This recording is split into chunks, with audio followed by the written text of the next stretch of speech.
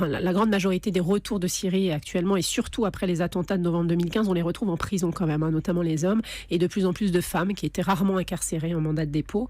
Donc on les retrouve plus en Syrie, En prison ? en prison, ce qui est une erreur aussi, puisque certains sont restés à peine 4 jours, 3 semaines, certains n'ont pas combattu. Donc je crois que c'est une erreur de tous les mettre en prison, effectivement. Et à la base, le centre, et je trouvais que l'idée de créer des centres pour ces retours de zones de guerre était pertinent. Ensuite, on a changé et on est sur des personnes qui qui ne sont pas parties en fait. Ce sont des personnes qui entrent dans un processus de radicalisation. Pourquoi pas faire des choses, mais l'urgence aujourd'hui, c'est quand même d'essayer de trouver une solution pour ces jeunes qui reviennent, effectivement, les mettre en prison. C'est dangereux pour le personnel de l'administration pénitentiaire, puisqu'aujourd'hui on compte plus de 260 mandats de dépôt terroristes liés à l'islamisme.